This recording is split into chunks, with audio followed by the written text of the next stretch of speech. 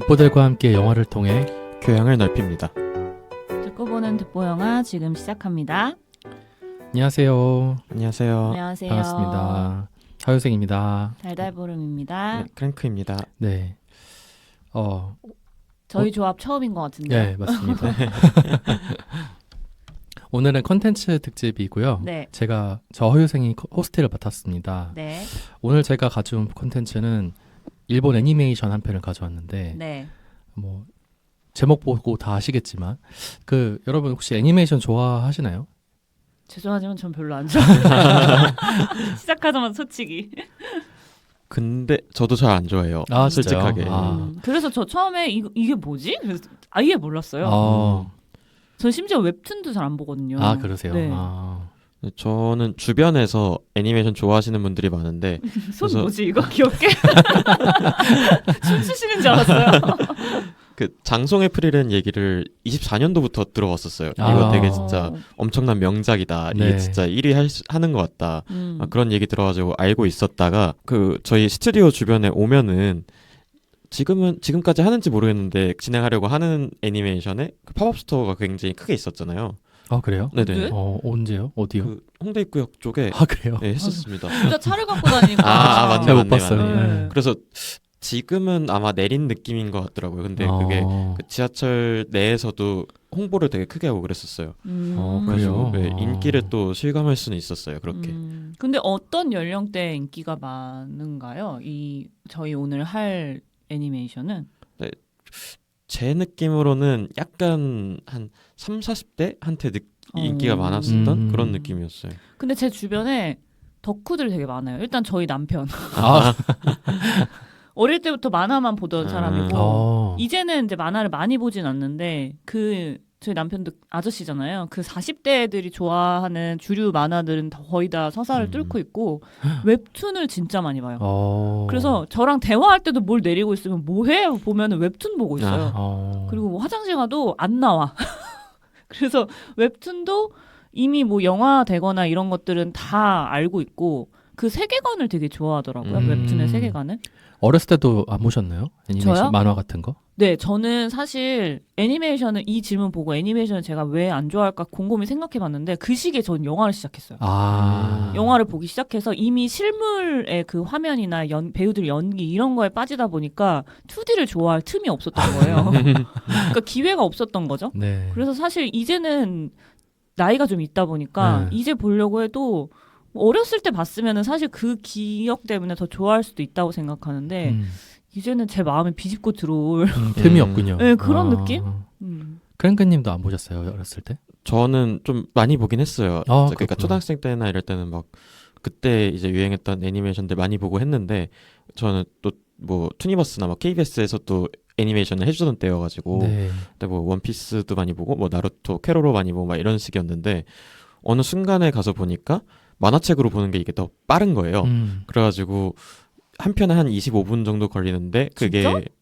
그렇게 빨리 읽어요? 되게 빨리빨리 읽을 수 있어요. 네네. 근데 그 만화책은 그거보다 훨씬 더 빠르게 읽을 수 있어요. 아, 그쵸, 그쵸. 네. 그래서 그것 때문에 굳이 애니메이션을 왜 봐야 할까? 만화책을 보면 더 빨리 끝나는데 이 생각을 해가지고 그때부터는 만화책이랑 웹툰을 좀 많이 보긴 했어요. 저는 네. 뭐 그런 식이다가 저도 나이 먹고부터는 한 고등학생 때부터는 거의 안 보기 시작했었던 것 같고요. 아, 진짜요? 네.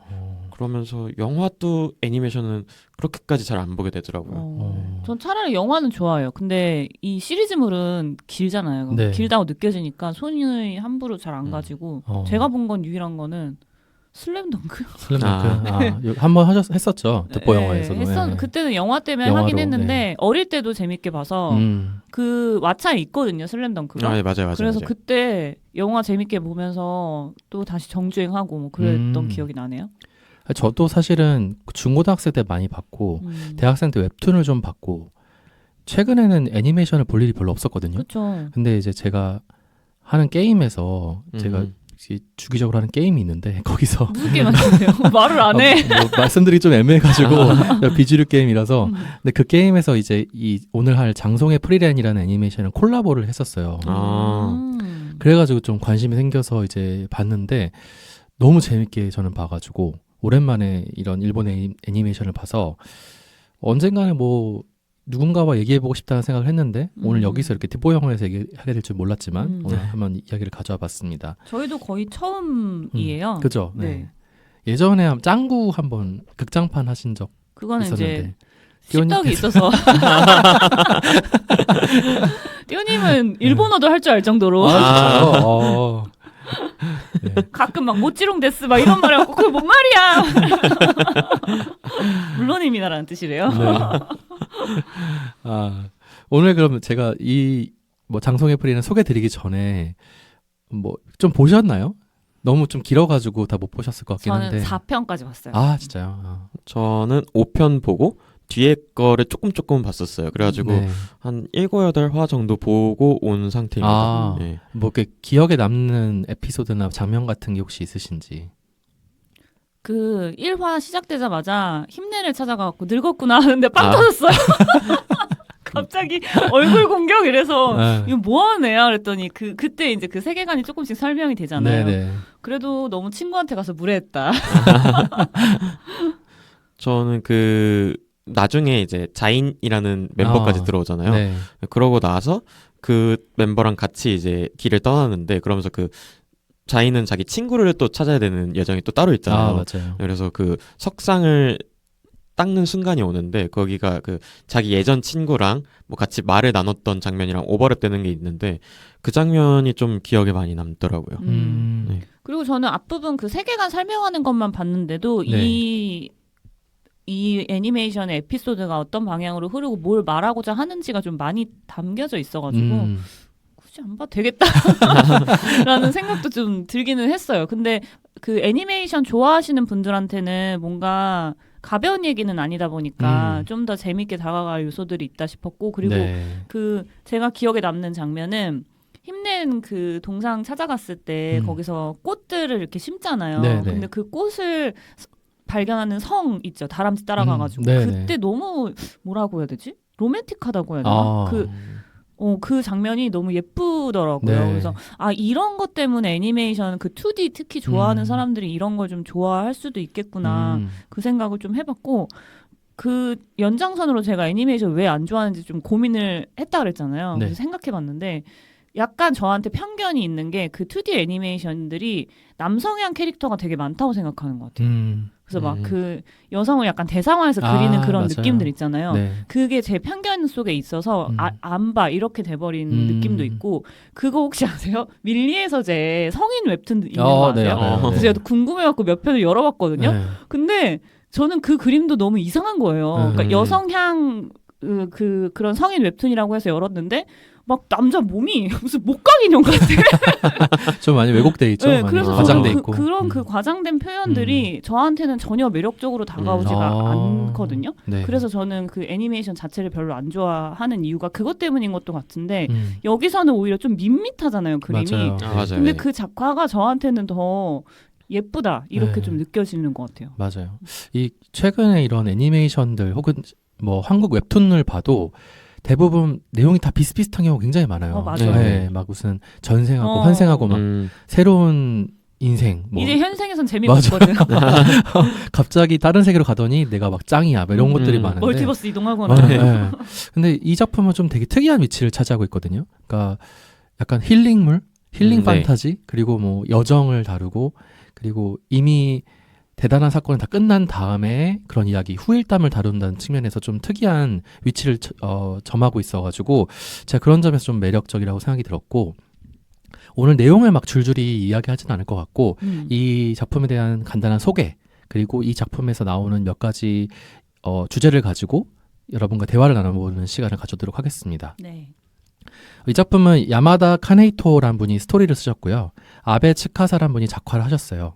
그래서 두 분이 같이 작품을 만들고 계시고 애니메이션은 매드하우스라는 곳에서 제작했다고 합니다. 저도 뭐 애니메이션을 잘 보진 않아서 뭐 잘하는 곳이겠지라고만 생각하고 있습니다. 영어 제목은 Freeland Beyond Journeys and 이렇게 쓰여 있다고 하네요. 이 작품이 단행본이 2020년에 출간했다고 해요. 1권이. 진짜 최근 작품이네요. 네. 보통 고인물들이 많은데. 그렇죠. 네. 그래도 한 6년 정도 지난 작품이고 현재까지 일본에서는 15권까지 발매가 됐고 우리나라에서는 작년 7월에 14권까지 발매가 됐다고 합니다. 이 작품은 되게 처음부터 좀 시작이 좀 특이한데 보통 판타지라고 하면은 마왕을 이제 죽이러 가는 여정, 그 여정 속에서 있는 에피소드들, 뭐 전투 이런 걸 많이 다루게 되는데 이 작품은 딱 시작하자마자 갑자기 마왕이 죽은 여행이 끝났다. 네. 용사 힘멜 파티가 있었는데 그 파티가 마왕을 죽였다. 그러고 나서 그 여정이 한 10년 정도가 펼쳐지게 되고 그 이후의 시간을 다루게 된다는 것이 굉장히 특이한 점입니다. 보통 이런 장르를 JRPG 혹은 왕도물이라 부르더라고요. 왕도물이요? 왕도물. 뭔가 JRPG는 J는 뭔가요? 재팬. 재팬이즈 RPG 이제 롤플레잉 게임 보통 얘기하는데 그러니까 뭔가 동료를 모아가지고 너는 마법사 너는 뭐 용사, 너는 전사 이런 식으로 이제 너는 성직자 이렇게 해가지고 롤을 주고 이제 그 롤에 따라서 이제 어떤 전투를 수행하고 뭐 퀘스트를 수행하고 이런 다음에 이제 끝까지 가가지고 그 왕도를 따라가지고 쭉 가면은 마지막 최종 퀘스트가 있고 이런 형태인데 예. 이 작품은 모든 것이 끝난 다음에 출발한다는 게 굉장히 특이한 특징이에요. 그 순서가 좀 뒤바뀌어 있죠. 뒤바뀌었다기보다는 그 이후의 이야기를 다루고 있다는 게 특징입니다. 애니메이션 같은 경우는 1기가 2023년 9월에서 2024년 3월까지 방영됐고요. 2기가 올해 1월에 10부작으로 나왔습니다. 2기가 그럼 이미 완결이 난 거예요? 그러니까 이게 만화책 자체도 완결이 아직 안 났기 때문에 네, 그래서 그 만화책이 나온 한참 후에 이제 애니가 제작이 됐고 만화책의 일부 내용을 1기가 다루고 그 다음에 또 일부 내용을 2기가 다루고 이런 식입니다. 네. 이 작품이 굉장히 높은 평가를 받고 있어요. 실제로. 그래서 2021년 25회 데즈카 오사무 문화상 신생상 이런 걸 받았고 또 69회 쇼카쿠간 만화상 48회 고단샤 만화상 이런 상들을 많이 받았다고 하더라고요. 그리고 현재 발매 중인 코믹스 그러니까 만화책 단행본 합계 판매 누적분이 3,500만 부 네, 돌파했다고 합니다. 그리고 애니메이션 자체도 좀 높은 평가를 받아가지고 도쿄 애니메이션 어워즈 페스티벌 2025년에서 시리즈 부분, TV 시리즈 부분 수상작에 이름을 올렸고 또 음악 같은 경우도 음악을 맡았던 이제 감독분이 계시는데 이분도 상을 받았다고 합니다. 음악 좋더라고요. 맞아요. 저도 네. 보면서 되게 음악 되게 잘 썼네 생각했는데요. 상을 받으셨군요. 네네. 이 애니메이션 이야기 중심에는 프리렌이라는 마법사가 있는데요. 이 마법사는 엘프입니다. 그래서 여기 이 세계관에서 엘프는 거의 수명이 무한에 가까워요. 그리고 이미 이 프리렌은 1000년을 살았어요. 네. 이 프리렌과 함께 용사 힘멜, 성직자 하이터, 그 다음에 전사 아이젠 이 네 사람이 마왕을 쓰러뜨린 다음의 이야기입니다. 특히 이제 프리렌은 10년 정도 이제 이 용사 일행과 같이 마왕을 쓰러뜨리러 갔는데 이 10년은 이 엘프에게 있어서는 정말 찰나의 순간들인 거예요. 찰나의 시간인 거예요. 그래서 그냥 내 엄청난 인생 속에서 이 시간은 그냥 점에 불과해 라고 말할 정도로 짧은 여행을 했던 것입니다.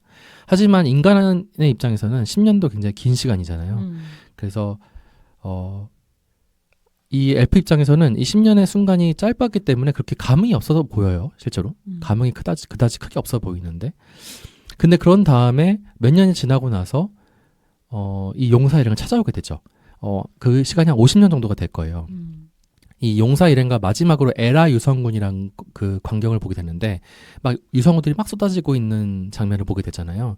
근데 그러고 나서 50년 후에 이 유성군이 다시 올 텐데 내가 더 좋은 장소를 알아. 거기 가서 우리 다시 보자라고 하는 거죠. 그래서 50년 뒤에 바하고 이제 프레는 떠납니다. 그래서 이 작품이 다루고 있는 타임스케일이 굉장히 크다는 점에서 좀 되게 특이하기도 해요. 네, 맞아요. 그래서 50년 뒤에 찾아보니까 이 흰멜이 다 늙어 있는 거예요. 완전 꼬부랑 할아버지가 돼 있는 거죠. 그 파란색의 하늘색의 그 머리칼은 다 사라진 채로 대머리 됐어요. 네, 그 키도 작아져가지고 네. 절반 됐던데요. 맞아요. 매치를 못 시켰어요. 깜짝 놀랐어요. 네. 저도. 들어가서 이제 이 네 명이 다시 모여서 에라 유성군을 50년 만에 보게 되죠. 그런 다음에 나오는 장면이 흰멜이 죽었다. 네. 됩니다. 네. 그때 프리렌이 처음으로 상실이라는 걸 경험한 것 같아요. 물론 그 작품을 쭉 보시다 보면은 자기 스승이 이제 돌아가시는 자기 스승님도 인간이어가지고 이제 죽는 그런 에피소드도 있긴 한데 이 10년 동안 함께했던 시간들이 굉장히 짧다고 느껴졌는데 막상 흰멜이 죽고 나니까 굉장히 상실감이 크게 느껴졌는지 막 펑펑 울죠. 그 장례식 자리에서. 그러면서 나는 왜 흰멜에 대해서 더 알려고 하지 않았을까라고 하면서 이제 슬픔을 드러내게 됩니다. 그러고 나서 조금 더 이제 흰멜을 이해해봐야겠다라고 하면서 떠나는 이야기가 이제 후일담으로 펼쳐지는 게 이 뒤쪽의 내용이 되겠고요. 목적지는 오레올이라는 곳이에요. 사람들이 천국이라 부르는 곳이고 영혼이 잠드는 곳이다라고 하는 곳이라고 합니다. 그래서 이곳에 당도하면은 죽은 자와 대화를 나눌 수 있다라는 것을 이제 그런 내용이 기록된 게 있기 때문에 프리렌이 이제 새 동료들과 함께 오레올이라고 하는 곳으로 가는 그런 여정을 다루는 게 이 작품이고요. 이 새로운 여정에는 그 아까 말씀드렸던 성직자 하이터의 제자였던 하이터가 키운 어린아이였던 페른이라는 마법사와 그리고 아이젠이라는 전사가 키운 이제 아이젠은 전사의 제자인 슈타르크 이 두 사람이 동행하게 됩니다. 여러분 이 그 캐릭터들의 이름에 특이한 뜻이 있는 거 혹시 알고 계셨나요? 일본어 전혀 몰라서. 이게 독일어래요. 아 진짜요? 네, 왜 독일어를 놨을까? 그러니까요. 이 프리렌이란 말도 독일어, 뭐 흰멜도 독일어 네. 이런 뜻이라. 네. 약간 독일어 느낌이 있네요. 네. 그래서 이 흰멜은 하늘, 천국 이런 걸 뜻한대요. 그 프리렌은 춥다, 얼다, 추위를 느끼다라는 독일어라고 합니다. 아 그래서 추위를 많이 타는구나. 그렇죠. 나오지 않아요? 네, 추워, 맞아요. 추워 계속 맞아요. 그러던데? 그런 것도 네. 있는데 이제 감정이 얼어붙어 있다라는 아. 의미에서 이런 의미를 한 것 같고 하이터라는 의미는 아까 성직자 하이터는 명랑한, 쾌활한 혹은 뭐 술주정뱅 이런 뜻도 있다고 하네요. 그래서 그냥 술을 엄청 네. 좋아하죠. 빤스만 입고 돌아다니고. 그리고 전사였던 아이젠은 철이란 뜻이랍니다. 네, 아이언에 해당하겠죠. 그리고 현재 프리렌 파티에서 마법사인 페른, 이 페른이라는 뜻은 멀리, 뭐 먼, 아득한, 멀리 떨어진 이런 뜻이 있다고 하고요. 슈타르크는 강한, 힘센 이런 뜻이라고 합니다. 네, 그래서 뭐 애니메이션의 내용은 이 정도만 하고 여러분과 좀 대화를 나누면서 좀 더 얘기를 나눠보면 좋을 것 같습니다. 네. 그 장례식장에서 걔가 이렇게 지나가는데 막 사람들이 쑥덕거리잖아요. 네. 친했다는데 표정 하나 변없는 거 같아 네. 이러면서 거기에서 약간 설명이 많이 나오는 것 같아. 이 캐릭터가 어떤 모습인지. 그리고 네. 이 애니메이션이 전 좀 특이한 게 원래 다른 만화의 베이스로 된 애니메이션도 그런지 모르겠는데 뒤에 배경만 살짝 움직이고 거의 움직임이 많지 않고 입만 뻥긋대는 느낌이 좀 저한테는 많이 들었거든요. 좀 정적이죠 많이. 네. 네. 일부러 그렇게 만든 건지 네. 아니면은 쉽게 표현하려고 그렇게 된 건지. 왜냐면은 어쨌든 애니메이션 원작을 영화화하려면 그런 영화나 그 애니 원작을 애니메이션으로 바꾸려면 되게 많은 노력들이 또 필요하잖아요. 슬램덩크도 네. 엄청 오래 걸렸다고 그러잖아요. 맞아요. 그래서 그렇게 한 건지는 모르겠지만 근데 그게 나쁘진 않더라고요. 이 분위기를 좀 잘 표현해주는 또 다른 방법이자 약간 스토리텔링인 것 같아서 네. 천천히 움직이는 그게 나쁘진 않았던 것 같고 프리렌이 보면은 표정 변화가 진짜 없거든요. 그래서 그 장송이란 말이 정확히 무슨 뜻이에요 근데? 그 장송곡 할 때 장송이에요. 장송곡? 누군가를 보내다. 네. 근데 어떤 뜻인지 모르겠지만 뭔가 그 단어랑 되게 그 굳어있는 표정이 그쵸. 너무 잘 어울리는 것 같은 느낌? 네. 왠지 저는 장송 이러면 약간 시체 같은 느낌도 떠오르거든요. 맞아요. 비슷한 느낌이죠. 네. 네. 근데 그 얼굴이 굳어있는 게 약간 그런 느낌. 송장이라서 장송. 맞아. 그런 느낌도 들어서 네. 좀 그 부분이 여기서 많은 걸 설명해 주는구나 느꼈던 것 같아요. 또 이 애니메이션이 의외로 액션 씬은 굉장히 작화가 좋아요. 그렇더라고요. 맞아요. 네. 거기에 힘을 주느라 다른 데 힘을 빼버려요. 예산 배분을 그렇게 한 게 아닌가. 저도 보면서 이게 처음에 2화까지 보는데 그럴듯한 뭔가 내용 전개나 이게 없는 거예요. 그래가지고 뭐지? 약간 이러면서 봤었거든요. 근데 그게 3화 보고 계속 보면서 느낀 게 그게 좀 이 애니메이션 자체의 맛이긴 하더라고요. 그래가지고 아까 말씀하셨듯이 뭐 50년이 지나서 다시 그 유성을 보러 오는데 그 이후에 시간 흐르는 거는 진짜 천천히 가잖아요. 계속 뭐 흰멜 사후 28년도 맞아요. 이게 계속 뜨더라고요. 네. 그래가지고 1년이 언제 지나는 거지? 이러면서 봤었는데 그게 좀 이 애니메이션의 맛인 것 같아서 그거 보는 맛이 은근히 또 있더라고요. 저는 이거 보기 전에 봤던 가장 최근의 애니메이션이 이제 체인소맨이었는데 그거랑은 또 되게 정반대잖아요. 그거는 뭐 매 회마다 뭐가 터지고 그리고 오프닝 OST만 봐도 알 수 있듯이 되게 다이나믹한 내용들을 다루는데 제목도 그래 보여. 네, 맞아요. 장송의 프리랜.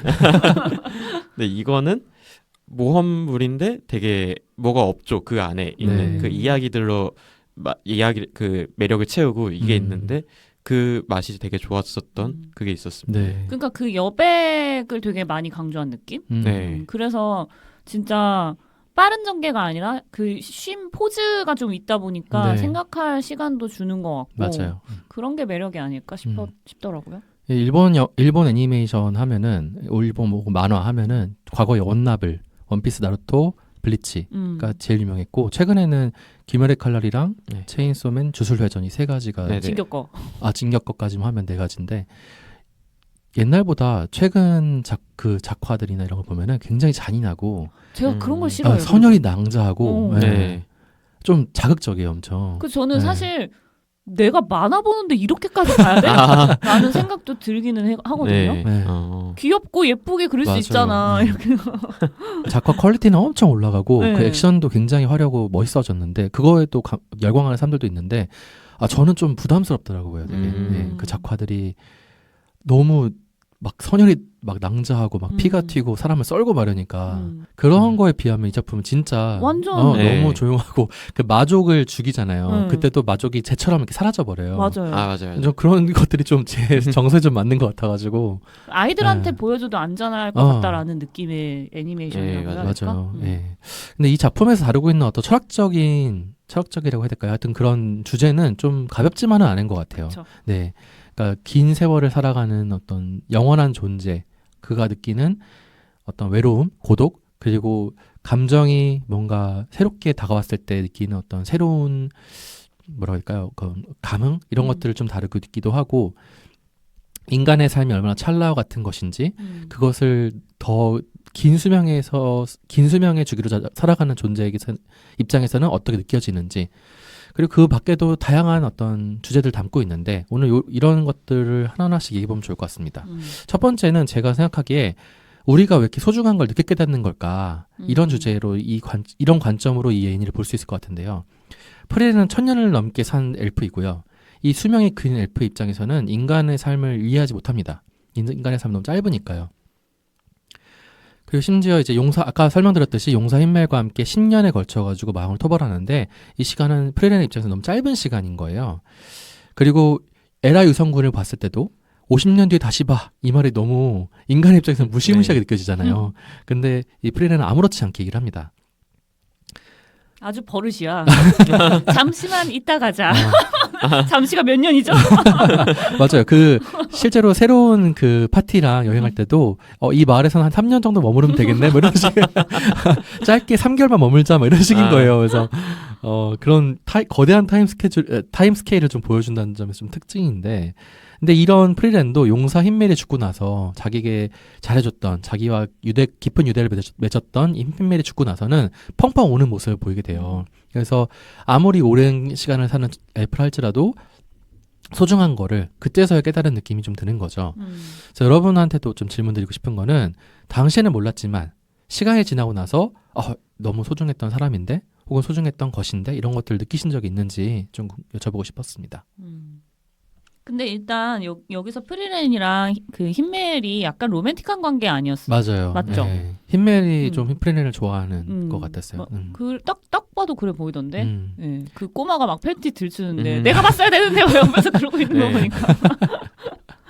그래서 그 사랑이라는 감정을 보류하고 있다가 죽고 나서 알게 된 거 아닐까요? 그런 것 같아요. 네. 아마 지금 만화로 아직은 제작은 안 됐는데 애니로 제작은 안 됐는데 그 힌멜과 프리렌이 이제 약간 다시 그 환상 속에서 만나는 꿈결에서 만나는 그런 장면도 아마 뒤에 에피소드가 있을 거예요. 네. 아무래도 이제 덕후들이 생기다 보면 더 열광하지 않을까 싶어요. 네, 맞아요. 크랭크님은 있으세요? 저도 이 질문 받고서는 한번 생각을 해봤는데요. 솔직하게 그냥 시간이 지나고 잊혀지는 그런 관계에 대해서는 그냥 있는 편이긴 하거든요. 그거에 대해서 많이 기억하려고 애쓰지 않고 그냥 뭐 솔직히 그렇게까지 소중하지 않으니까 나중에 또 생각이 안 나는 거 아닐까? 라는 식의 생각을 했는데 그 고등학생 때 이제 친했던 사람들 생각해 보면은 그건 또 아니긴 하더라고요. 문득 떠오를 때가 있어요. 아직 그 동네를 살고 있는 것도 있고 제가 그러다 보니까 이제 그 친구들이 갑자기 생각나는 것도 있고 그러더라고요. 고등학교 졸업하면서부터 바로 연락 잘 안 되고 만나기 어려웠던 그런 친구들이 이제 좀 많이 생각이 나요. 그때 뭐 고등학생 때 우리 생각해보면은 하루 종일 같이 있잖아요, 한 반에. 거기서부터 좀 친분이 많이 쌓이고 서로 여러 가지를 보고 이랬던 그런 관계들이 좀 특이하게 남더라고요, 결국엔. 네. 저는 진짜 고민 많이 했는데 솔직히 인물은 없는 것 같아요. 그러니까 뭐 지나고 나서야 소중한 사람? 저는 소중한 사람들이라면 지금도 그냥 옆에 있는 것 같고 이 인연이 끊긴 사람들한테는 그런 게 사실 별로 미련이 없어요. 그래서 잘 모르겠는데 경험은 저는 소중하지 않은 경험이 반대로는 없다고 생각하는 편이라서 네. 그냥 진짜 내가 막 이불킥 하고 싶은 부끄러운 경험들도 사실은 다 나한테 어떤 썩은 거름을 주는 거였다. 저는 그렇게 생각하거든요. 썩은 거름 줘야지 자라잖아요, 그렇죠. 나무가. 네. 그래서 어떤 경험이든 그렇게 저는 이거는 별로였어라고 생각하는 거는 오히려 없어서 네. 한 개만 콕 집어서 대답하기가 이건 좀 어렵더라고요, 저한테는. 저는 개인적으로는 저는 사람을 되게 소중하게 생각하고 저도 경험도 소중하게 생각하거든요. 그래서 저도 이 질문 적으면서 프리랜의 입장에서는 굉장히 무한대 시간을 사니까 이런 생각을 할 수도 있겠지만 너무 찰나의 순간을 살다가는 인간한테서는 대부분 다 소중하게 생각하지 않을까라는 생각을 하기도 하면서 저는 반대로 나를 소중하게 생각하지 않은 사람들이 왜 이렇게 많지? 네. 내가 그렇게 많은 호의를 베풀어주고 뭔가 나는 그 사람들이 굉장히 소중하게 생각했는데 왜 이제 와서 그런 것들을 생각하지 않는 사람들이 많은 걸까? 이런 생각을 좀 많이 했던 것 같아요. 저도 그런 때가 되게 많았는데 근데 저는 약간 마음 공부하면서 느낀 게 그게 네. 결국엔 제 욕심이었더라고요. 맞아요. 네. 내가 해주고 뭔가를 바라고 있었던 거야. 내가 해주면은 저 사람들이 이렇게 해주겠지? 이 정도는 해주겠지? 이런 게 있다 보니까 그게 나를 좀 괴롭게 했던 것 같아서 네. 지금은 그냥 저는 약간 바라지 않고 해주자로 많이 변했거든요. 네네. 그래서 그게 오히려 더 저한테는 행복감을 맞아요. 주더라고요. 저도 좀 비슷해요. 네. 근데 이제 가끔씩 문득 떠오르는 거죠. 이 자식들 바라봐 이러면서. 그건 저는 남편한테 항상 그래요. 타인한테는 이제는 별로 안 그러는데 남편은 너무 가까이 있으니까 네. 오히려 제가 어제도 일을 했거든요. 그래서 아침에 일어나서 저는 워킹맘이니까 아침에 막 아이들 챙기고 남편이 분명히 출근을 한다고 했어요. 어제. 네. 그러니까 어제 토요일인데. 네. 그래서 저도 출근하고 하니까 아이들 점심을 챙겨줘야 될 것 같아서 막 점심을 막 만들고 있었어요. 미리미리 해놓고 가야지. 근데 안 일어나는 거예요. 그래서 왜 안 일어나지? 출근한다고 했는데 그래서 문을 열어놓고 막 하고 있는데 갑자기 나오더니 도대체 이 문을 왜 열어놓는 거야? 이러면서 출근한다며. 또 내가 언제 출근한다고 그래서 쉰다고 했지. 근데 거기서 갑자기 딱 돈 거예요. 쉬면 나와서 도와야지. 지금 저렇게 처자고 있나 싶어가지고. 근데 그런 마음들이 저도 불쑥불쑥 올라와서 그냥 또 봤죠. 이게 내가 왜 저 사람한테 저렇게 열이 받을까. 맨날 이건 똑같이 일어나는 일인데 근데 또 바라고 있었구나. 그냥 그러면서 좀 넘어가는 편인 것 같아요. 그러니까요. 꼭 아까 좀 말씀하신 거랑 좀 비슷한 것 같은데 왜 사람들은 가까운 사람 혹은 가까운 뭔가 소중한 것들에 대해서 뭐 깨닫지 못한 경우가 이렇게 많은 것 같다고 생각하시나요? 지긋지긋해서. 그게 정답인 것 같아요.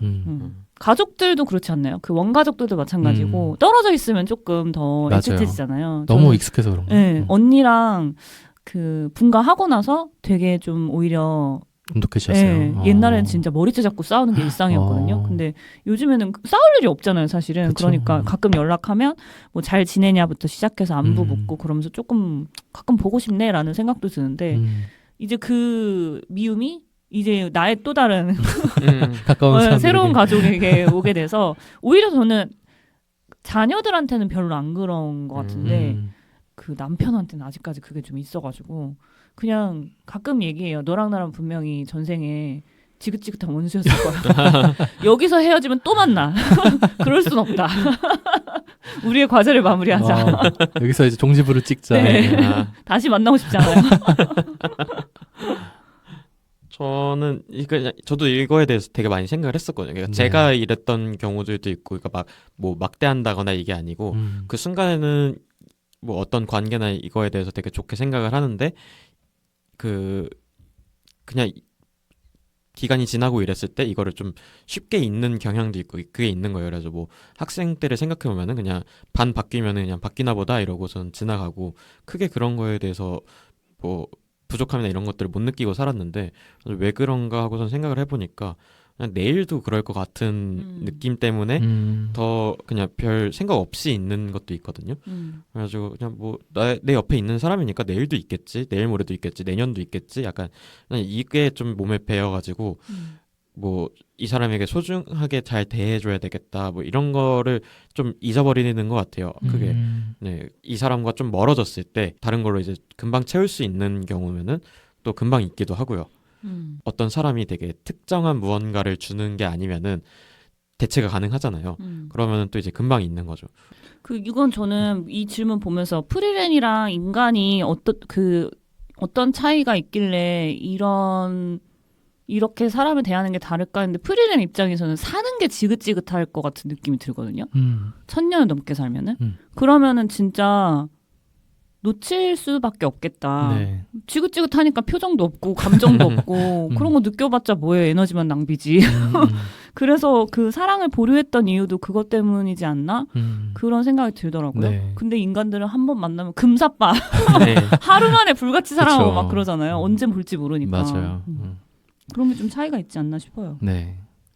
두 번째 주제로 넘어가 볼게요. 이 용사 히멜 파티 같은 경우는 마왕을 무찌르러 가는 그 10년의 시간 동안 그냥 쭉 그냥 마왕을 향해 달려간 것만이 아니라 중간중간 이제 여행 중에서 마을들을 머물게 되잖아요. 근데 그 마을에 있을 때 항상 친절을 베풀었어요. 그러니까 뭔가 누군가가 의뢰를 뭐 마물 퇴치해 주세요라든지 혹은 뭐 굉장히 사소한 의뢰라도 하면은 그걸 다 들어줬단 말이죠. 그래서 친절을 많이 베풀게 됩니다. 그러면서 그 경험을 가지고 프리랜이 새로운 파티에서도 이제 여행을 할 때 페른과 슈타르크와 함께 여행을 하면서도 비슷한 일을 해요. 어느 마을에 가든 그 마을의 퀘스트를 받으면은 그걸 들어주고 뭐 동상을 닦아주세요 그럼 동상 닦아주고 뭐 찾아주세요 그럼 찾아주고 이런 아주 간단한 것부터 시작해가지고 마물퇴치까지 굉장히 어려운 일까지도 다 해준단 말이죠. 그리고 이제 2기에 가면은 이 내용이 좀 나오는데 항상 프리랜이 마도서를 받아요. 그러니까 보상으로 마도서를 받는데 슈타르크랑 페른이 막 물어보거든요. 왜 꼭 그렇게 꼭 뭘 받으려고 하냐 이렇게 물어보거든요. 그러니까 기브앤테이크를 꼭 하려고 하냐 이렇게 물어보니까 이제 힘멜이 뭐라고 했냐면 과거에 그 사람들도 그렇게 뭔가를 나한테 줘야 빚이 안 생긴다. 그러니까 서로에게 남기지 말자. 뭔가 그 아쉬운 감정 혹은 빚졌다는 감정을 남기지 않았으면 좋겠다라는 생각에서 작은 거라도 받았다는 얘기가 나와요. 작은 거 맞나? 근데 그 마도서 같은 경우도 뭐 굉장히 되게 짜잘짜잘한 마법들이잖아요. 별로 필요도 없는 마법 같은 것들. 가짜 마도서도 있고. 맞아요. 그런 거라도 받는 그런 이야기가 나오게 되는데 이 프리랜이 1000년을 살면서 엄청난 마력을 보유하고 있는데도 불구하고 마법은 굉장히 사소하고 좀 하찮은 것들만 많이 모아요. 뭐 녹을 제거하는 마법이라든지 뭐 뒤에 가면 무슨 뭐 잿말 놀이를 할 때 무슨 뭐 말을 더듬자는 마법 이런 것들을 받아요. 근데 그거 다 필요 있는 거잖아요. 에어에 나오잖아요. 맞아. 에이오레랑 좀 비슷한 느낌이 좀 있어요. 예. 그래서 약간 그러면서 또 이제 프리랜이 어떤 그런 친절을 베풀었을 때 당신은 왜 이렇게 친절을 많이 베푸나요? 했을 때 하는 말이 용사 힘멜이라면 그렇게 했을 테니까요. 이런 얘기를 해요. 근데 이게 현실에서 이루어진 사건이 있거든요. 2024년에 대만의 지하철에서 막 흉기를 휘둘렀던 범인이 있었대요. 근데 그 사람을 쉬리엔 시엔이라는 분께서 제압을 합니다. 그래서 이분이 굉장히 대단한 일을 하셨잖아요. 자기가 막 얼굴에 상처도 입었다고 하더라고요. 예, 대단한 일을 해가지고 이제 막 방송에서 취재를 왔을 거 아니에요. 근데 인터뷰에서 어떻게 그런 일을 하실 수 있었습니까? 라고 했더니 용사인말이라면 그렇게 했을 테니까요. 라고 얘기를 했다고 해요. 현생에서. 멋있네요. 누가 보면은 저 씹덕이 있을 텐데. 오타쿠들이 세상을 구한다. 네.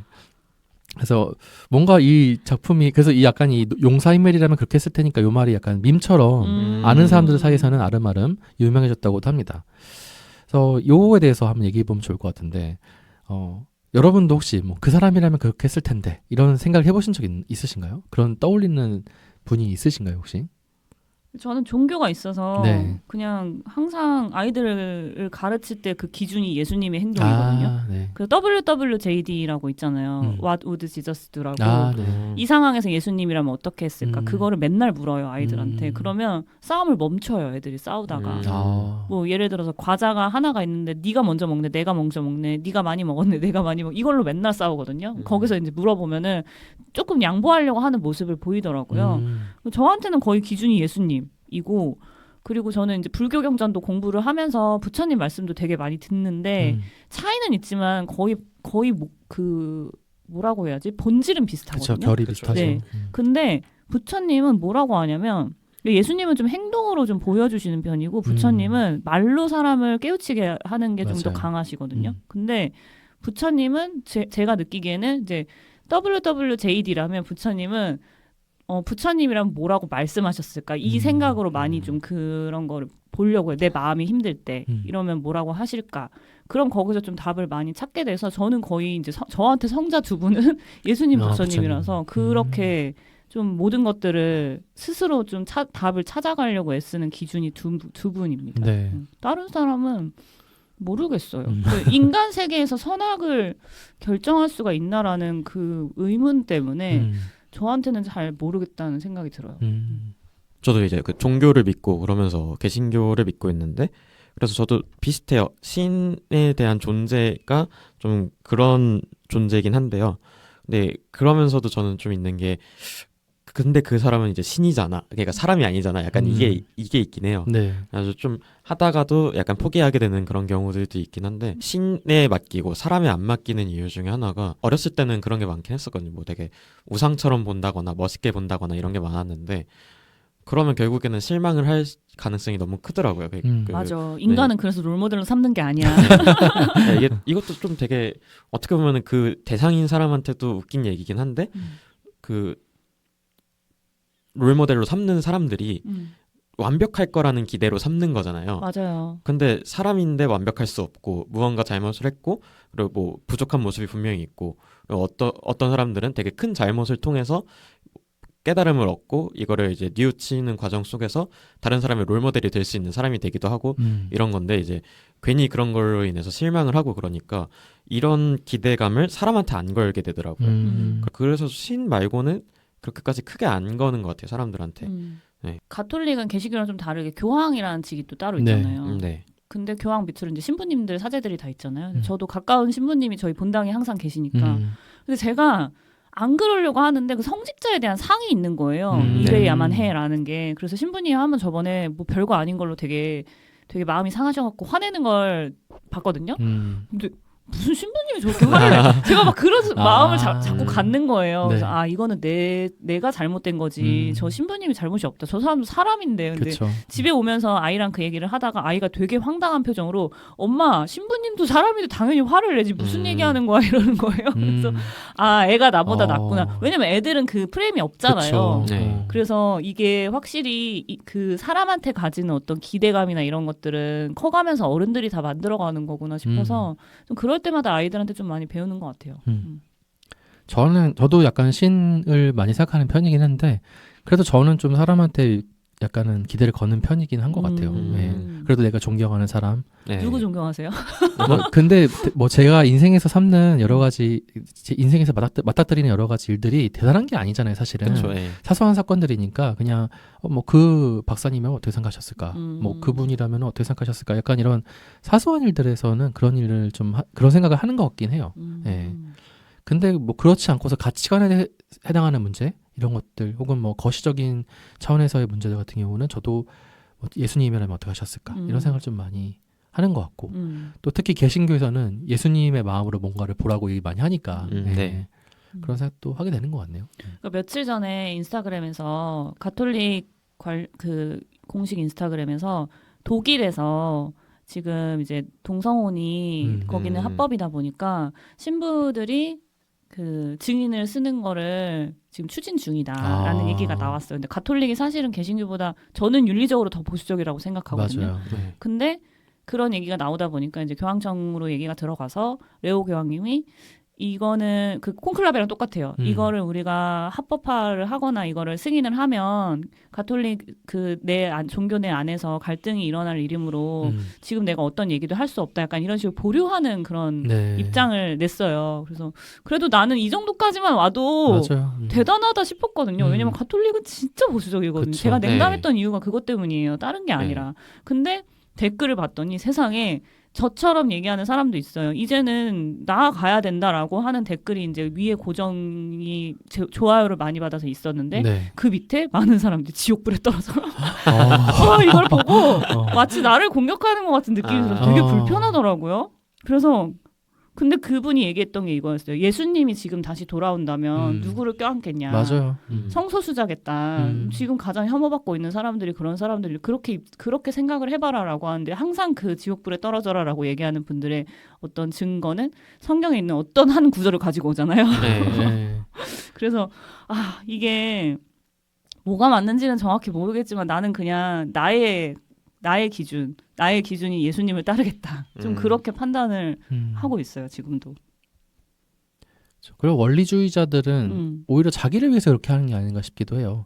본인의 어떤 내가 믿고 있는 게 내가 맞아 라든지 내가 가지고 있는 기준이 무너지지 않았으면 좋겠어라는 어떤 자기만족 때문에 더 그런 게 아닌가 싶기도 하고. 네. 도대체 어떤 피해가 있죠? 그러니까요. 좀 그게 궁금하네요. 자기가 뭐 그런 것들을 침해받았을 때 내 세상이 무너진다는 거랑 동일시하지 않는가 싶기도 하고. 사실 저는 잘 이해는 안 가더라고요. 좀 되게 이것도 좀 비슷한 그건데 그냥 많이 무너져 봐야 어떤 분야에서 건 많이 무너져 봐야 좀 단단해지는 그게 있는 것 같아요. 오히려 그런 사람들이 약한 거죠. 그런 거에 대해서는 취약한 거죠. 그래서 이거 하나 무너지면은 내가 믿어왔던 모든 것들이 무너지는 것처럼 생각을 하고 약간 뭐 다친 이후에 새살이 돋아나고 약간 이래야 되는데 그러지 못한 그냥 원래 그 살 그대로만 살아온 것처럼 썩은 거를 더 많이 먹어봐야. 네, 그렇죠. 좀 땅에 떨어진 것도 주워 먹어보고. 진짜 그냥 신생아인 거예요. 그냥 면역력이 수준이. 약한 거죠. 좋습니다.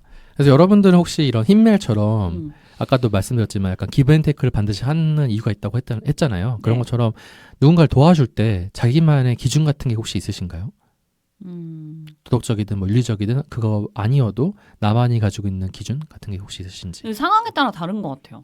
만약 긴급한 상황이면 도덕적 윤리적 기준 안 보일 것 같은데. 예를 들어 누가 막 칼로 위협을 하고 내가 뭐 둔기 같은 걸 가지고 있다라고 하면은 사실 도덕적 윤리적 기준으로 하면 나도 때리면 안 되는 거잖아요. 그렇죠. 그 나를 찌르기 전까지는. 근데 상황에 따라서 그런 거 없어질 수도 있지 않을까? 근데 그런 게 아니라 아주 가벼운 상황이라면 도덕적 윤리적 기준?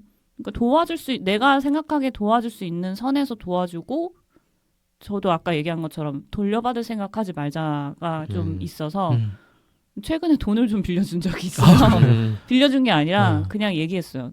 나한테 줄 생각하지 말고 가져가고 연락하지 말라고. 그러니까 이게 연락하지 마가 저보다 돈 많이 벌시잖아요.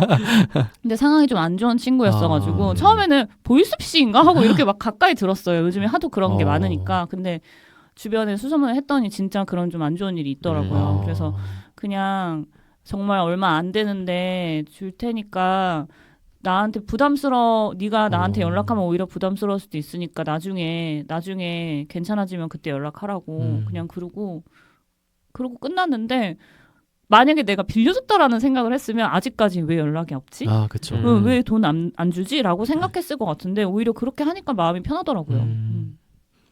저는 뭐 마지막 말처럼 약간 그 마음이 편한 거에 좀 기준이 되기는 해요.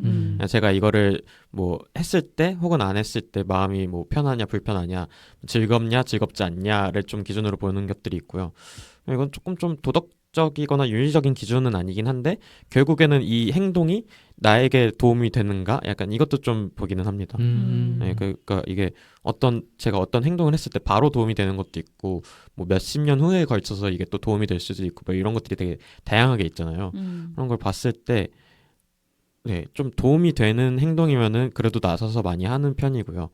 그렇습니다. 그러니까 뭐 진짜 그런 거예요. 뭐 지구나 뭐 어떤 사회나 이런 걸 봤을 때 몇백 년 후는 잘 보지 않습니다. 아 진짜요? 네. 근데 저는 오히려 그걸 좀 보는데 몇백 년 후를. 저는 되게 이상한 말인데 저의 의식이 다음 생에도 같이 갈 거라는 걸 믿는 사람이라서 그러니까 육신은 죽어도 의식은 네. 다시 돌아오는 거라고 저는 믿거든요. 약간 윤회처럼. 네. 그래서 몇백 년 뭐 내가 AI 기계가 된들 나의 의식은 좀 남아있지 않을까 싶어서 그때의 세상도 내 세상이다 생각하고 좀 많이 환원하려고 노력하는 편이긴 해요.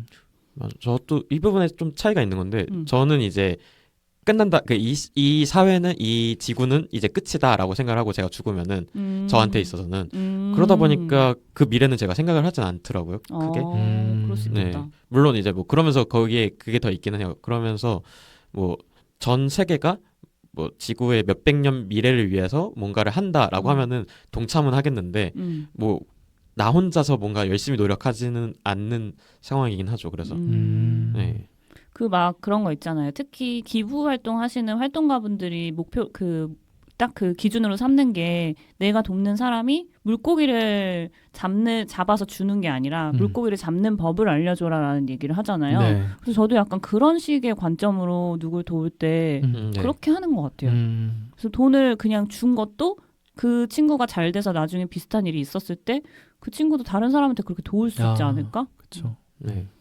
저는 그 카렌 암스트롱이라는 그 뭐라고 됐죠? 학자분께서 쓰신 추계 시대라는 책이 있는데 그 추계 시대가 이제 인류의 어떤 지성이나 문화적인 어떤 에너지가 막 폭발했던 시기를 의미하거든요. 이때 예수님은 좀 뒤긴 하지만 공자님, 소크라테스, 부처님 이런 분들이 같이 활동했던 시기를 의미하거든요. 그때 그 모든 종교나 철학에서 얘기했던 게 황금률이라는 게 있어요. 그래서 황금률이라는 게 다른 사람에게 네가 원하는 걸 해줘라. 그러니까 다른 사람이 네. 너한테 해줬을 때 너가 좋은 것들을 너도 해라. 대접 받고 싶은 대로 대접하는 그렇죠. 그리고 다른 사람들이 너한테 했을 때 하기 싫은 거를 너도 하지 마라. 이게 황금률인데 그것만 지키면 뭐 맞아요. 맞아요. 네, 그래서 저는 이 황금률이라는 걸 너무 좋아해가지고 네, 누군가를 도와줄 때도 내가 다른 사람한테 받았을 때 좋았던 거를 해주면 좋겠다라는 생각을 가지고 있는 것 같아요. 근데 그게 안 돌아서 속상했구나. 한때는 그랬죠. 다른 사람들은 왜 이렇게 생각 안 하지? 이렇게 생각. 아니 저는 종교에 굉장히 심취했던 적이 있었거든요. 심취라기보다는 굉장히 많이 깊이 있게 네. 관여를 했고 그 일상도 거의 종교로 채웠을 정도로 굉장히 막 빠져 있었던 적이 있었는데 그런 사람들이 뒤돌으면 무서워요. 그러니까 예수님께서 가르쳐 주셨던 그런 것들을 왜 실천하지 않지라는 생각을 했던 것 같아요. 그 안에 있으면 그렇죠. 맞아요. 네, 맞아요. 근데 이것도 저의 어떤 오만함이었던 것 같기도 하고. 내가 네. 통제할 수 없으니까. 맞아요. 네. 거기서 빠져나와 봐야 알겠더라고요. 그런 맞아요. 것들을. 그래서 저도 항상 그런 마음이 아직도 있는데 왜 이렇게 인간들이 환경을 자꾸 막 이렇게 마음대로 쓰는 거야 막 그러는데 그때마다 이제 야 너나 잘해. 그러니까 맞아. 너나 잘해. 너도 오늘 플라스틱 빨대 썼잖아. 나부터 생각해야 되는데 참 맞아요, 사람이 간사해가지고. 세 번째 주제 같은 경우는 느림의 미학에 대해서 좀 얘기해보고 싶어요. 이 작품이 빠른 전개, 뭐 엄청난 반전, 자극적 뭐 요소 이런 것들이 잘 없잖아요. 그리고 아름다운 시절에 대한 회상, 그 다음에 천천히 쌓아가는 감정의 깊이 같은 것들이 작품을 좀 분위기를 형성하고 있는데 그래서 이런 것들이 요즘 컨텐츠의 문법과 좀 많이 다른 것 같습니다. 여러분들은 이 작품 좀 지루하다 느끼셨나요? 아니면은 뭐 괜찮다, 분위기가 좋다라고 느끼셨나요? 저는 아까도 얘기했듯이 2화까지는 뭐 내용이 별로 없는데 좀 지루하다라는 생각을 했어요. 근데 3화부터 조금 본 걸 토대로 얘기를 하면은 매 화마다 그래도 뭔가의 메시지를 좀 전달하려는 그게 있어 보이는 거예요. 네. 그래서 그거 지금까지 봤을 때까지는 나름 재밌었습니다. 되게 그건 좀 네, 잔잔한 지식 채널 1을 매편 보는 느낌? 그랬는데 개인적으로는 저 솔직하게 느리는 속도의 작품 안 좋아하거든요. 네. 영화도 그래요? 네, 좀 그래요. 좀 빨리빨리 되는 거 좋아하고 네, 빵빵 터지는 거 좋아하고 이게 있습니다. 근데 그럼에도 장송의 프리랜을 지금까지 봤을 때는 괜찮았어요. 근데 네, 또 근데를 얘기하는데 앞으로 가면은 모르겠어요. 이걸 계속 보면은 나중에는 좀 지루해야 할 것 같기는 해요. 네. 그렇지만 이 작품이 가지는 가치는 확실히 있다고 보고 있고요. 그게 뭐 즉각적인 자극이나 이거는 아니고 다른 좀 잔잔한 메시지들이 이런 것들이 이 작품이 꾸준히 계속 전달한다라고는 보고 있습니다. 네. 그 저는 첫 번째 질문이랑 이거랑 되게 맞닿아 있는 것 같은 게 이 작품이 약간 그런 것 같아요. 시간이 지나고 나서야 아, 좀 기억난다라고 할 수 있는 작품이 이게 아닐까 싶고 아까도 얘기한 것처럼 되게 천천히 흘러가는 그게 나쁘지는 않았는데 근데 저 이거 1.5배로 봤거든요. 근데 전혀 모르겠더라고요, 차이를. 왜냐면 전 일본어를 하는 사람도 아니기도 하고 워낙 일본어를 빨리 돌려도 그냥 자막으로 보니까 한국어는 그 효율이 되게 높다 보니까 자막도 빨리 읽잖아요. 네. 그래서 큰 차이를 잘 모르겠어서 이런 제가 이런 말을 해도 되는지 모르겠지만 그래도 나쁘진 않았던 것 같아요. 저는 그런 뭐 체인소맨이라든가 진격의 거인이라든가 뭐 이런 거를 안 봐서 비교군이 없어서 그런 걸지도 모르겠지만 예를 들어서 넷플릭스에 어떤 드라마는 틀어놓고 계속 보게 되잖아요. 네, 그런 네. 류의 만화는 아니에요. 음. 그렇지만 밥 먹을 때 그냥 한 편씩 틀어놓으면 좋을 애니메이션이라고 해야 될까? 되게 비슷한 걸로 제가 넷플릭스에서 그 밥 먹을 때마다 틀어놓는 애니 중에 종말에 대처하는 캐롤의 자생가? 그런 만화가 있어요. 아, 그래요? 지구가 종말하는 그 시간이 전광판에 항상 붙어 있어요. 그래서 이제 6개월 뭐 이렇게 남았는데 다들 미쳐 있는 거예요. 죽을 거니까. 네. 곧 죽을 거니까 그동안 버킷리스트를 막 하면서 살아요, 사람들이. 아니면 막 알몸으로 다니고 아무 데서나 섹스하고 막 그래요, 사람들이. 19세인데 야하진 않고 좀 그런 거거든요. 근데 그 안에서 캐롤이라는 이 주인공은 어떻게 살까 남은 인생을 이걸 고민을 되게 많이 하는데 결국에는 하는 게 그냥 변함없는 하루하루를 살아가는 에피소드로 나오거든요. 그것도 되게 잔잔한데 이상하게 자꾸 꽂혀가지고 제가 2번인가를 다시 봤어요. 그 애니메이션을. 근데 단편이에요? 매회 이것도 마찬가지로 에피소드가 이렇게 있지만 이제 시리즈물로 있는 그런 애니메이션이고 한동안 약간 핫했었어요. 한동안. 지금은 다른 시즌 준비 중이라는 얘기를 들었던 것 같은데 그거랑 분위기가 되게 비슷한 느낌인 것 같아요. 조금 다루는 소재는 다르지만. 전 사실 좀 졸았습니다. 보다가 저는 그냥 틀어놓고 그냥 쭉 누워서 봤는데 보다가 좀 졸리긴 하더라고요. 네, 너무 조용하고 별일 없어가지고 말도 되게 조곤조곤하고 속삭이는 것 같던데. 맞아요. 그러면서도 말이 많지가 않아요. 맞아요. 그리고 막 이렇게 그러니까 뭐라 그러지? 페른이 슈타르크를 좀 좋아하는 감정이 좀 있거든요. 둘이 약간 러브라인이 좀 있는데 이제 화가 나잖아요. 그러면은 볼을 빵빵하게 하는 게 끝이에요, 그냥. 나 화났어 하고 이렇게 토라지는 게 끝이고 이렇게 가장 최상의 표현이 약간 등을 통통통 치는 정도인 거예요. 그래서 그 이름 뭐였지? 성직자 이름 뭐였죠? 하이터? 네, 걔가 막 이렇게 한 게 최고로 화는 표현이라고. 맞아. 이게 그래서 그걸 읽을 수 있는 디테일이 있는 거기 거죠, 캐릭터들이 있으니까. 다 약간 그런 식이네. 맞아요. 그리고 저는 그 영상을 봤는데 모르겠지만 난 좀 강해. 맞아요. 보통 오 막 이렇게 시작해야 되는데. 이 작품에서 또 그 가장 인기 있는 장면 중에 하나가 그 마족 중에 아우라라는 마족이 있어요. 네, 맞아요. 그 마족이 이제 저울에다가 마력의 크기를 달아가지고 자기보다 마력이 적으면은 그 사람을 조종할 수 있거든요. 근데 이제 되게 오만하네. 근데 프리렌이 처음에 보니까 마력이 나보다 작아 보이는 거야. 그래가지고 이제 그걸 가지고 그 저울을 가지고 프리렌을 조종하려 들어요. 그랬더니 갑자기 프리렌이 나는 1000년 이상 살아온 엘프야 하면서 마력을 갑자기 팍 방출하는데 그게 엄청나게 크게 큰 거예요. 그래서 이 장면이 굉장히 유명해요. 이 작품에서. 사람들이 갑자기 오타쿠들이 약간 좀 환호하는 거룩해지는 와 하는 그런 장면입니다. 근데 그런 표현도 사실은 좀 되게 정적이잖아요. 어떻게 보면 그게 그 말이 커지는 것조차도 굉장히 정적이고 그래서 그 저울에서 그래서 프리렌 쪽으로 딱 기울고 나서 이제 이번에는 프리렌이 그 마족을 조종할 수 있게 된 거예요. 그러니까 그냥 자해하라 아우라 이러고 그냥 돌아가서 그냥 가요. 그러고 나서 그 마족이 자기 목을 긋고 죽거든요. 그냥 그러니까 이런 장면들이 이 전투가 맞나 굉장히 정적인 작품인 것 같습니다. 확실히 어린 친구들이 좋아할 만한 요소는 아닌 것 같아요. 맞아요. 이게 진짜 있는 게 그 얘기하면서도 느끼는 게 어떤 뭐 명작이다 뭐 이런 반열에 가는 작품들을 보면은 영화도 그렇고 책도 그렇고 뭐 드라마 다 애니메이션 다 어떤 거대 담론을 다룬다거나 이런 것들이 있잖아요. 과거의 어떤 있었던 현상이나 사건들에 대해서 집중적으로 얘기를 한다거나 근데 그게 진짜 피곤하거든요. 재미는 있는데 진짜 피곤해지는데 이거는 그렇지 않고 그냥 모두가 일상 속에서 하루하루 느낄 법한 이야기들을 되게 잘 풀어내니까 그런 점에서 이제 사랑받는 것 같아요, 진짜.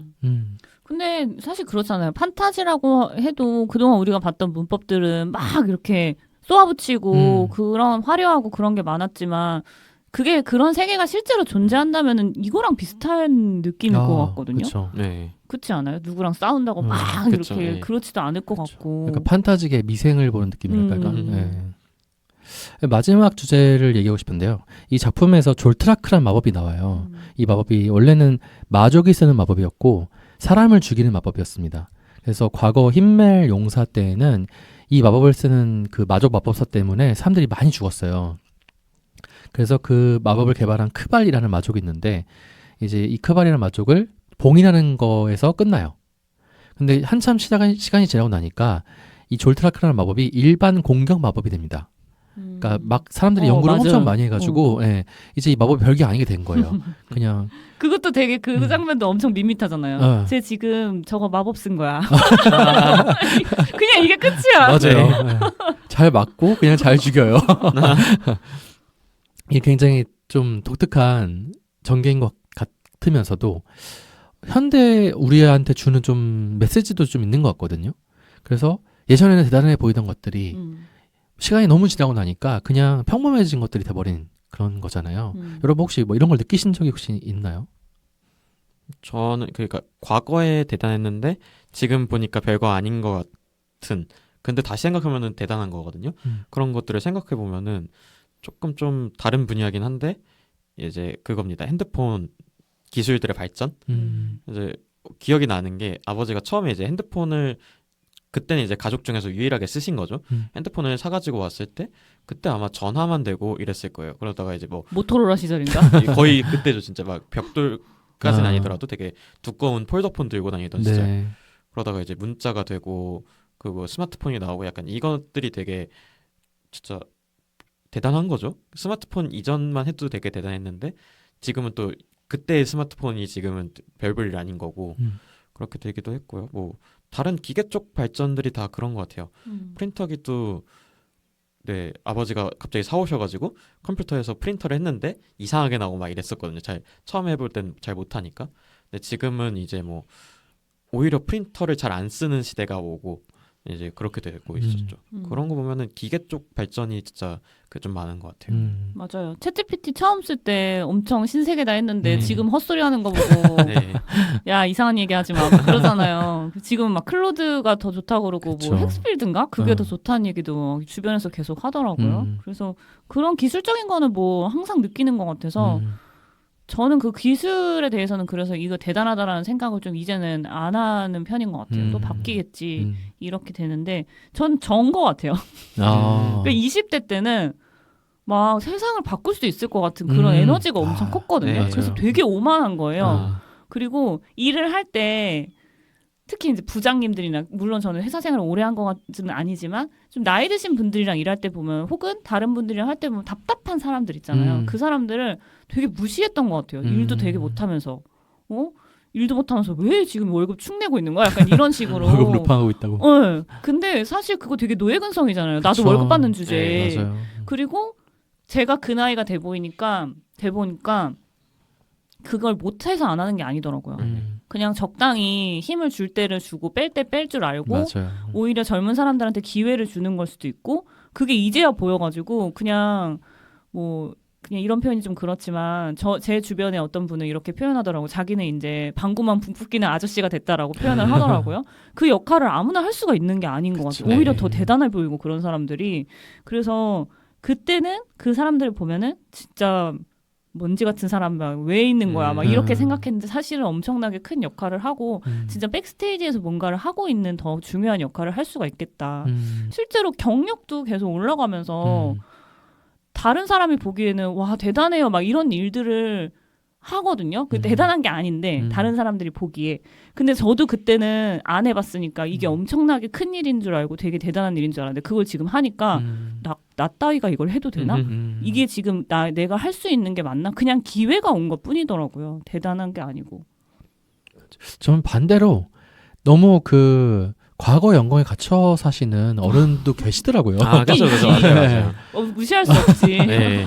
그런 분들이 그러니까 과거에 좀 그 당시엔 대단한 걸 배우셨겠죠 분명히. 근데 너무 많이 발전한 이 사회에서 빠르게 변한 사회에서 그것을 붙잡고 마치 지금 것도 다 안다는 식으로 얘기하시는 분들 계셔가지고 좀 그런 생각도 좀 많이 들긴 했어요. 공부하시는 분들이 그런 분들이 많아요. 맞아요. 네. 교수님들. 네.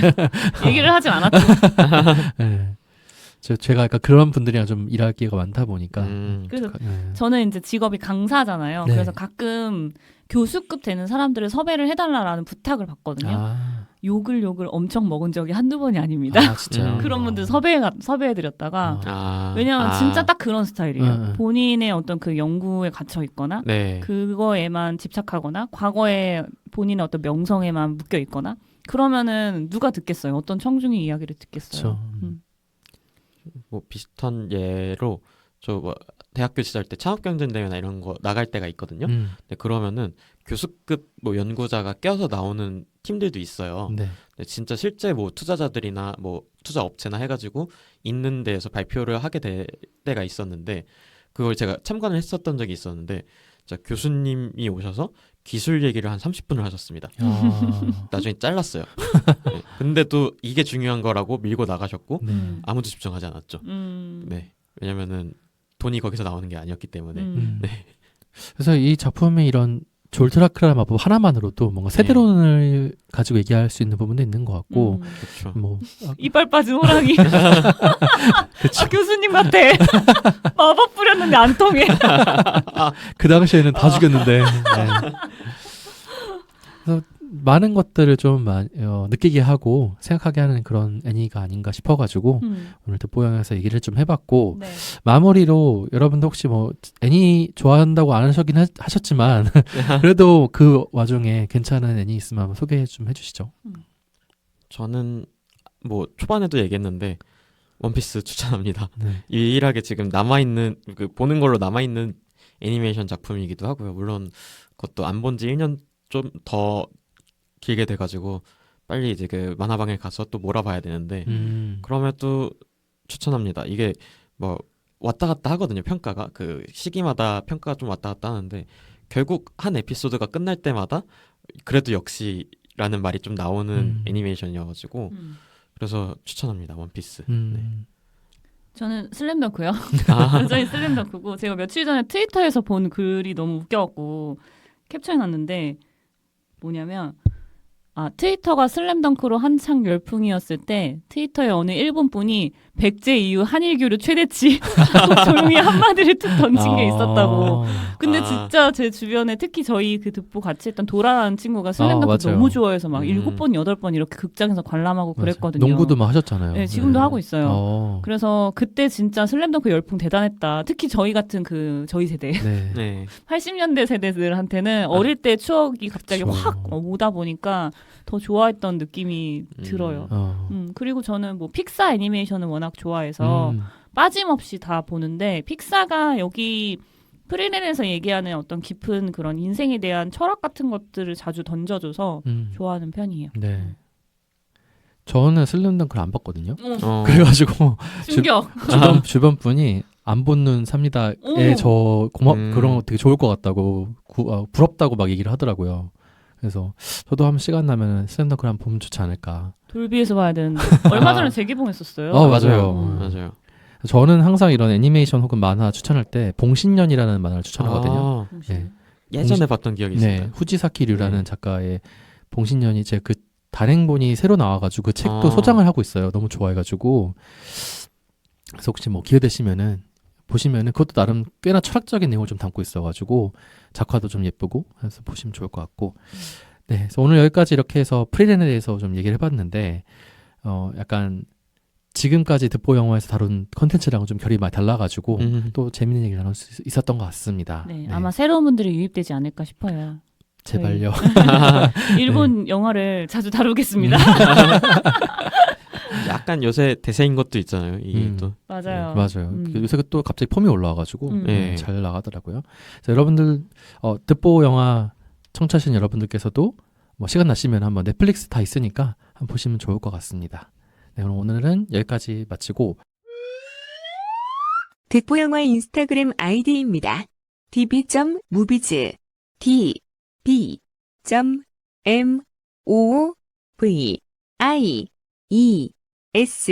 많은 관심 부탁드립니다.